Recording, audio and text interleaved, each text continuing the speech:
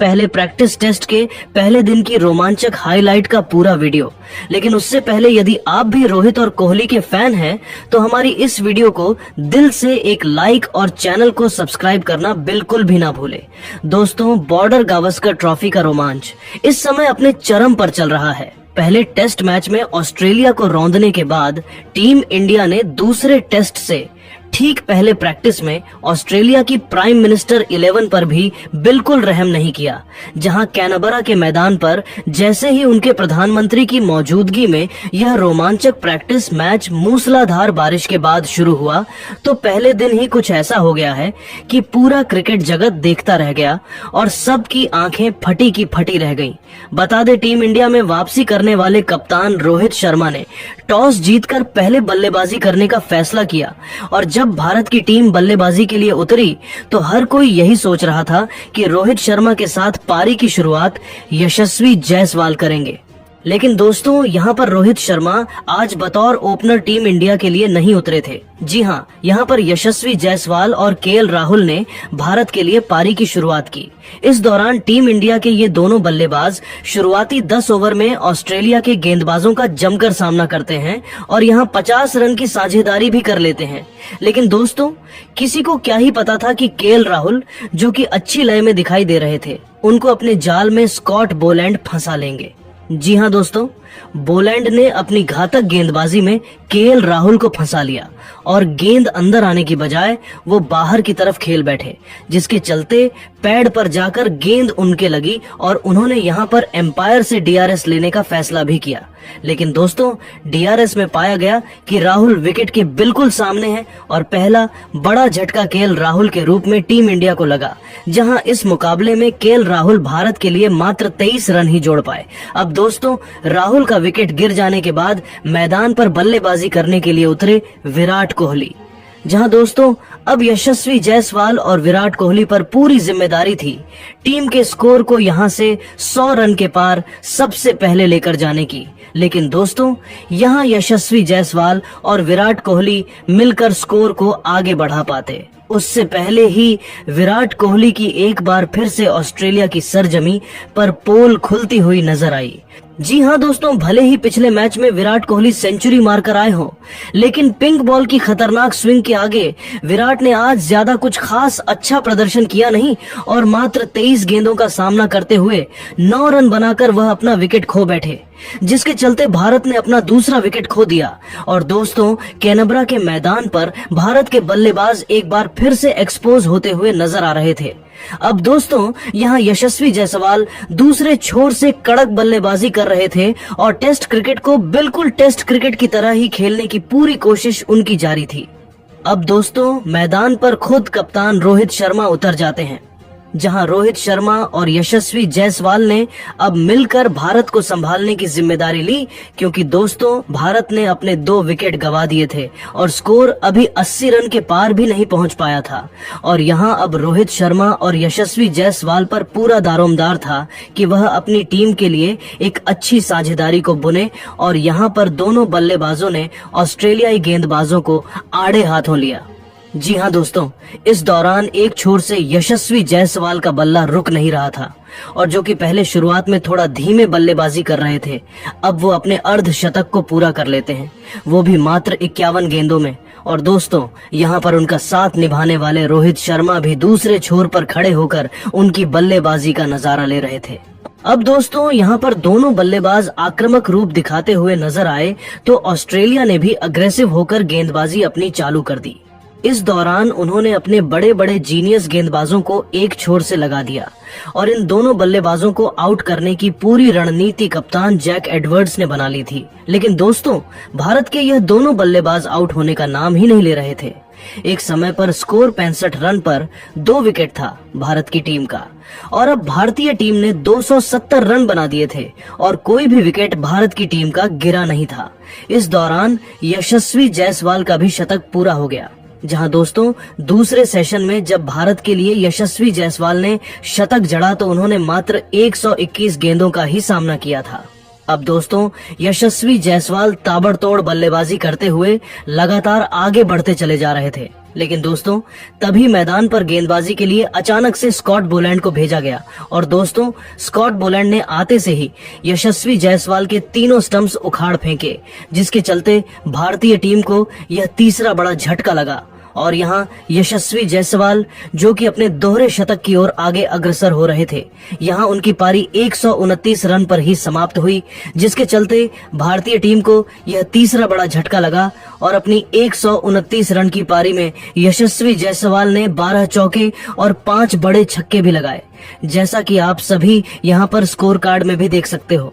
हालांकि दोस्तों यशस्वी जायसवाल भले आउट हो गए थे, लेकिन उनका जो साथ निभा रहे थे कप्तान रोहित शर्मा, वह अभी भी मैदान पर टिके हुए थे और यशस्वी जायसवाल रोहित शर्मा के बीच ये 219 रन की साझेदारी टूटी और फिर मैदान पर बल्लेबाजी के लिए सरफराज खान उतरे, जहां दोस्तों सरफराज खान और रोहित शर्मा ने मिलकर फिर स्कोर को तेजी से आगे बढ़ाने की कोशिश की और इस दौरान रोहित शर्मा ने अपना विकेट 98 रन पर गंवा दिया। जी हां दोस्तों, रोहित शर्मा शतक के बेहद ही नजदीक पहुंचने के बाद पुल शॉट खेलने के लिए गए और वहां उनको फील्डर ने कैच आउट कर दिया और जिसके चलते टीम इंडिया अपना यह चौथा विकेट गंवा देती है। और इस बीच रोहित शर्मा 98 रन की पारी में 6 चौके और 5 तूफानी छक्के लगाकर आउट हुए। अब टीम इंडिया ने अपने 4 बड़े बल्लेबाजों के विकेट गंवा दिए थे। अब पूरी जिम्मेदारी ऋषभ पंत और सरफराज खान के ऊपर आ चुकी थी, क्योंकि ये दोनों बल्लेबाज ऑस्ट्रेलिया धरती पर अलग करिश्मा करने के लिए जाने जाते हैं और ऋषभ पंत के बारे में तो बताने की जरूरत ही नहीं है। और दोस्तों यहाँ पर ऋषभ पंत और सरफराज खान ने फिर मिलकर स्कोर को धीमी गति से शुरुआत में आगे बढ़ाना शुरू किया। इस दौरान चाय काल के बाद जब आखिरी सेशन खेलने के लिए भारत के बल्लेबाज उतरे तो दोस्तों यहाँ पर सरफराज खान और ऋषभ पंत ने मिलकर ताबड़तोड़ बल्लेबाजी का नजारा पेश किया। इस बीच ऑस्ट्रेलिया का एक भी गेंदबाज इन दोनों बल्लेबाजों को आउट करने में सफलता हासिल कर नहीं पा रहा था। यहाँ पर ऋषभ पंत और सरफराज खान की बदौलत टीम इंडिया ने आज पहले ही दिन स्कोर को 458 रन पहुंचा दिया, जिसके चलते टीम इंडिया इस मुकाबले में अब मजबूत स्थिति में आती हुई नजर आ रही है। वही दोस्तों आपको हम बता दें कि इस दौरान ऋषभ पंत ने जहां भारत के लिए अर्धशतक जड़ते हुए 79 रन बनाए हैं, तो वहीं सरफराज खान भी अभी 79 रन की बल्लेबाजी करके मैदान पर टिके हुए हैं और इस दौरान ऑस्ट्रेलिया के लिए सबसे ज्यादा 2 विकेट स्कॉट बोलैंड के नाम रहे।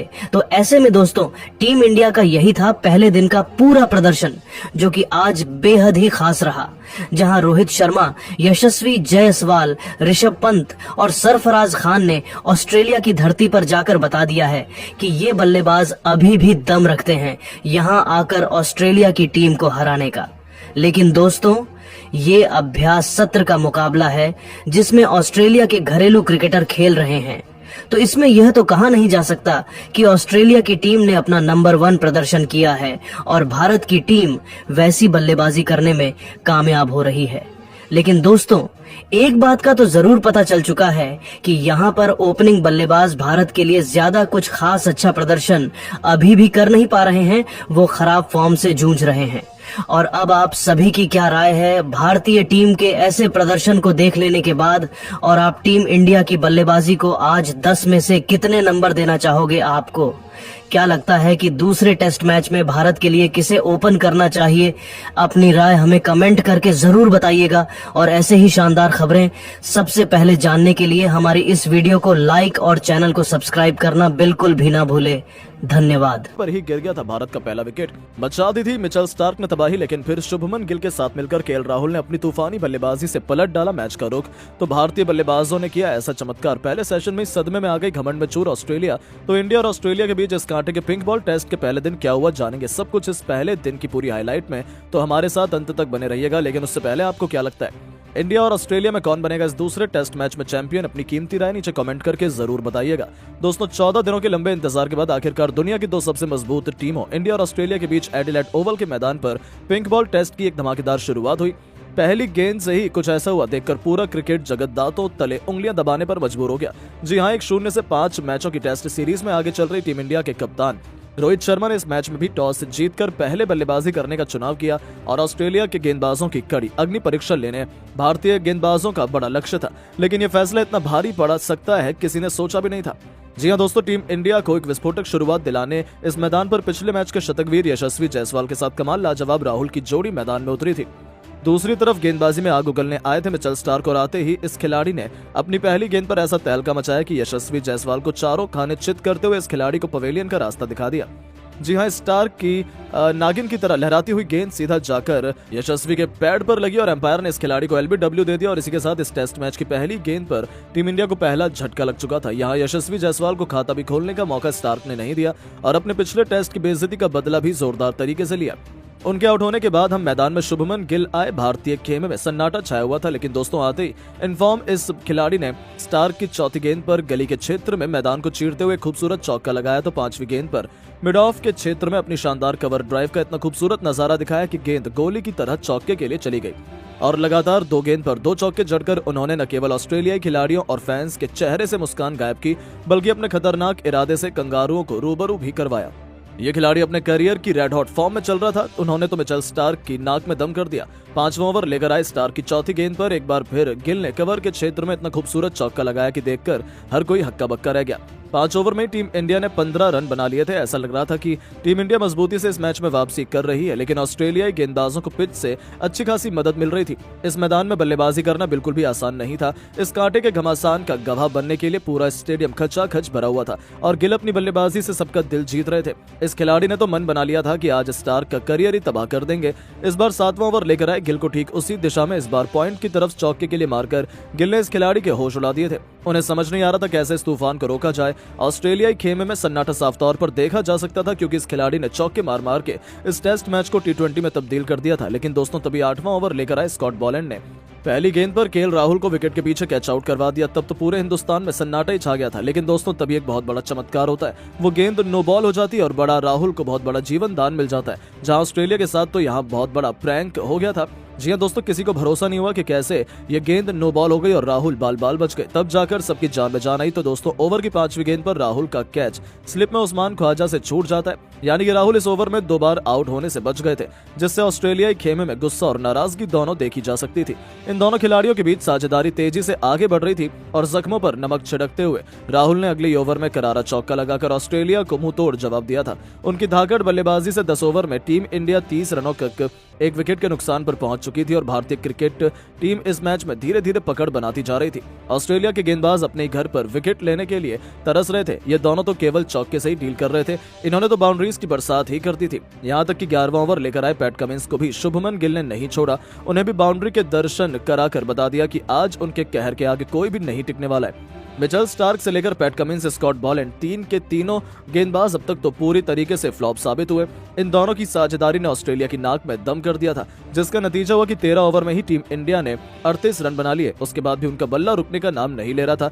इन दोनों की मजबूत पार्टनरशिप के दम पर पहला सेशन खत्म होने तक टीम इंडिया काफी ज्यादा ताकतवर हालत में लग रही थी और ऐसा लग रहा था ये टेस्ट भी टीम इंडिया अपने नाम कर सकती है। लेकिन दोस्तों अब आपको क्या लगता है, इस मैच में कौन सा भारतीय बल्लेबाज शतक लगा पाएगा? अपनी राय नीचे कमेंट करके जरूर बताएं और ऐसी शानदार खबरों के लिए चैनल को सब्सक्राइब जरूर करें। धन्यवाद।